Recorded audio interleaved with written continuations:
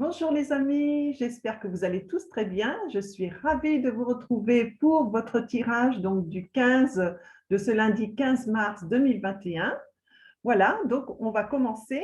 Alors pour ce jeu, donc j'ai pris mon tarot de la licorne, voilà, et je l'ai couplé donc avec le tarot Zen Osho. Voilà, j'ai fait un tirage en croix, donc avec ces deux jeux couplés.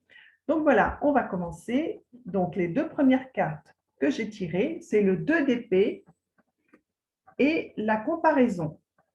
Voilà. Donc qu'est-ce que ça nous dit? Le 2 d'épée, eh bien, il nous dit, voilà, quand on a un choix, ça nous parle de choix en fait. Hein. Quand on a un choix difficile à faire, la meilleure chose à faire, c'est de s'intérioriser, par exemple, de fermer les yeux et de chercher en soi la meilleure solution pour nous. Voilà. Quand on fait un choix, il ne s'agit pas de foncer tête baissée, d'être avec son mental, de calculer, de réfléchir, parce qu'à un moment donné, eh bien, on est perdu. On ne sait plus du tout dans quelle direction s'orienter. Donc, c'est vraiment s'intérioriser et de choisir vraiment pour soi, ce qui résonne pour soi à l'intérieur de nous. On le sent, on le ressent dans notre cœur hein, quand le choix se pose et que c'est le bon. Voilà. Et puis surtout, éviter, donc avec la carte de la comparaison, eh bien c'est clair, hein, éviter de se comparer aux autres. Ce qu'on a envie de faire, ça nous appartient.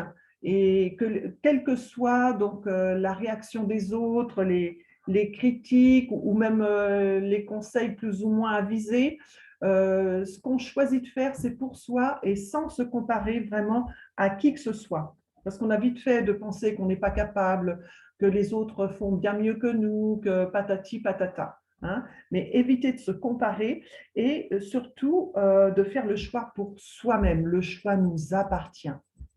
Voilà.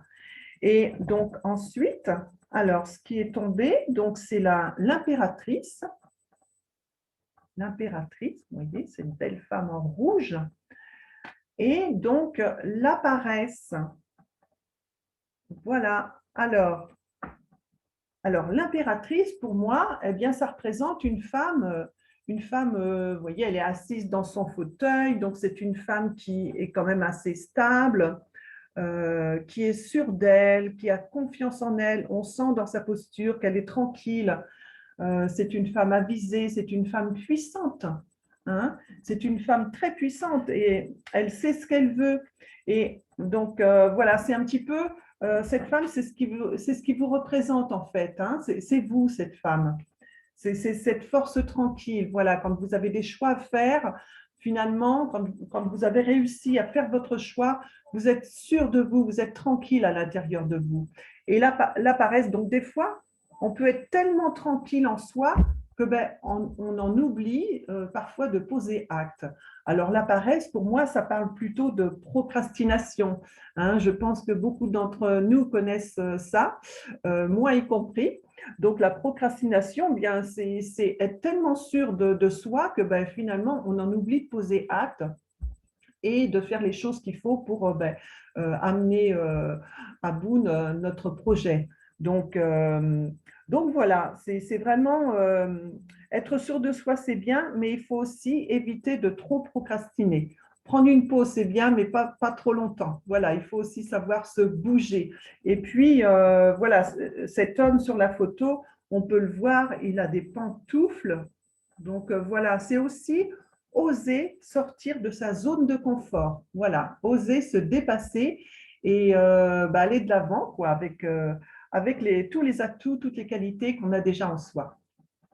Voilà, donc après, alors le troisième trio, c'est donc le 3 d'épée.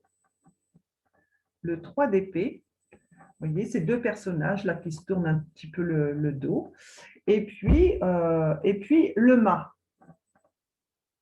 Alors, le mât. Vous voyez, le mât, c'est vraiment un personnage qui fonce, qui va de l'avant, qui prend des risques en fait. Hein. Mais justement, pour prendre ces risques-là, vous voyez, même si tout le monde peut penser que c'est quelque chose de fou et tout, mais lui, il sait ce qu'il fait. Pourquoi? parce qu'à l'intérieur de lui, il s'est réconcilié. Vous voyez, ces deux êtres qui se tournent le dos, voilà, ce n'est pas compatible avec action, avec une bonne action. Donc, c'est vraiment se réconcilier parce qu'on ne peut pas vouloir faire quelque chose à l'intérieur de soi, avoir un personnage qui veut aller de l'avant et puis l'autre qui doute, qui a peur. Hein. Il faut vraiment réconcilier toutes les parties de soi. Et à partir de ce moment-là, on peut foncer, tête baissée, on peut aller dans l'aventure, on sait qui on est à l'intérieur de soi, on sait qui on est, on sait où on va et on sait pourquoi on le fait. Et ça, c'est quelque chose de fantastique, c'est une force. Du coup, le mât, qui est représenté, enfin, qui s'appelle souvent le fou dans les tarots, il n'est plus du tout fou. Lui, il sait ce qu'il fait. Il n'y a aucune naïveté là-dedans. Voilà. Et donc, le quatrième duo, alors, c'est le 8 de coupe. Le 8 de coupe. Et donc, le Zen Osho, c'est l'épuisement. Donc, voilà. Alors, ben oui, quand on sait où on va, quand on a fait son choix et qu'on sait où on va, il n'est pas question non plus d'aller à l'épuisement. Il faut savoir parfois prendre du recul, se mettre au vert, hein, comme on voit beaucoup de verdure sur cette carte. Voilà, c'est savoir prendre du recul, savoir s'arrêter, faire des pauses et ne pas être, vous voyez cette carte de l'épuisement, ne pas être trop rigide non plus avec soi-même. Hein. C'est bien de se mettre des challenges, de se mettre des étapes, mais il ne s'agit pas non plus de vouloir aller au burn-out, hein, par exemple. Voilà, il faut savoir s'arrêter de temps en temps, prendre des pauses et puis respirer, regarder où on en est pour retrouver ses forces et pouvoir poursuivre jusqu'au bout donc l'aventure. Voilà, voilà, vous voyez, ce jeu, il nous parle vraiment de choix. Et puis alors, en dos des jeux, voilà ce que j'avais. Le cavalier d'épée. Alors, ça semble un peu blanc avec de la neige et tout ça. Et puis, là, c'est vraiment le contraire. Vous voyez, des jolies couleurs, deux arbres qui nous parlent, c'est l'amitié. Voilà, qui nous parlent soit de printemps, d'été. Et donc, voilà. Donc, ces cartes, moi, ça me dit, cavalier d'épée, vous voyez, moi, ça me dit qu'on peut faire cavalier seul. On a le droit d'être seul, d'être sûr de soi, de savoir où on va, voilà, d'avoir les capacités et les compétences et puis la force, l'endurance, la persévérance pour aller de l'avant, on peut arriver à faire cavalier seul. Mais à mon avis, ce qui est important, c'est aussi de s'entourer des bonnes personnes qui vont vous soutenir, des bonnes personnes qui vont vous aider, qui vont vous conseiller dans un sens positif, qui seront là si vous avez besoin. Alors voilà, ça peut être des amis, ça peut être des collègues, ça peut être un coach. Voilà, il faut savoir s'entourer parce que seul, on n'ira pas bien loin. Bien souvent, voilà, on sait que si on fait cavalier seul, voilà, ce sera plus compliqué. Mais c'est possible. C'est possible, voilà. Mais il faut rester entouré de ses amis. Ça peut être la famille aussi. Hein. Voilà, avoir un bon noyau familial, ça peut être très soutenant. Voilà, les amis. Bien, écoutez, alors, je vais vous faire un tirage, donc une carte avec donc, les portes de l'intuition. Pour terminer ce jeu, on va voir ce que les cartes nous disent. Donc, oh là, il y en a trop là. Alors, quelles sont les énergies pour la semaine du 15 mars pour mes amis? Voilà, du pouvoir énergétique des mots. Pour mes amis YouTube, Instagram, Facebook. Voilà. En même temps, je vous invite donc à liker si vous aimez cette vidéo, à liker, vous abonner, à partager. Voilà, et puis à commenter si vous avez des choses à me partager concernant ce tirage. Alors, qu'est-ce qui me vient? Ah, ça y est. Voilà. Alors, l'abondance. Regardez cette jolie carte. J'adore l'abondance. Sentez-vous mériter le meilleur sans aucune condition en contrepartie. L'abondance, elle nous appartient. On ne doit rien à personne pour ça, pour avoir le droit à l'abondance. Vous voyez, la vie, elle est généreuse.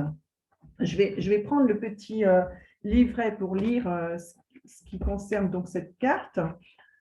Ça a l'air vraiment. Moi, j'adore ce mot abondance. Votre réponse se trouve dans l'acceptation de l'abondance. Vous voyez, sentez-vous dans tous les choix que vous avez à faire. Gardez ça à l'esprit. Votre réponse se trouve dans l'acceptation de l'abondance. Vous avez droit au meilleur. Sentez-vous mériter le meilleur, voilà, sans aucune condition en contrepartie. Alors, prenez conscience de vos manques, de vos frustrations, surtout ceux qui ont tendance à se reproduire. Cette carte révèle votre adhésion à un esprit de manque. Vos expériences de vie vous ont poussé dans ses bras et cet état vous a enchaîné involontairement à la peur, à l'envie et à toutes sortes de souffrances. Sortez de toute idée de restriction en vous rappelant que les limites sont celles que vous vous imposez. Vous devez nettoyer votre esprit du sentiment de manque.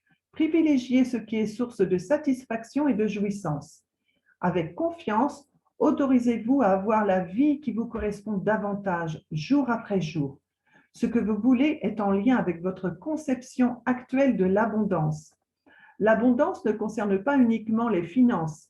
Aussi, élargissez votre esprit afin qu'elle se produise dans tous les secteurs de votre vie. C'est pas beau ça? L'abondance, elle est toujours là, elle est toujours à notre portée. Pour peu qu'on fasse confiance à cette idée, que l'abondance est toujours là, c'est vraiment formidable. Voilà les amis, eh bien j'espère que ce tirage vous a plu et qu'il vous apportera vraiment les bonnes énergies pour cette semaine. Sur ce, bien, je vous dis à très bientôt et je vous souhaite une bonne semaine. Au revoir.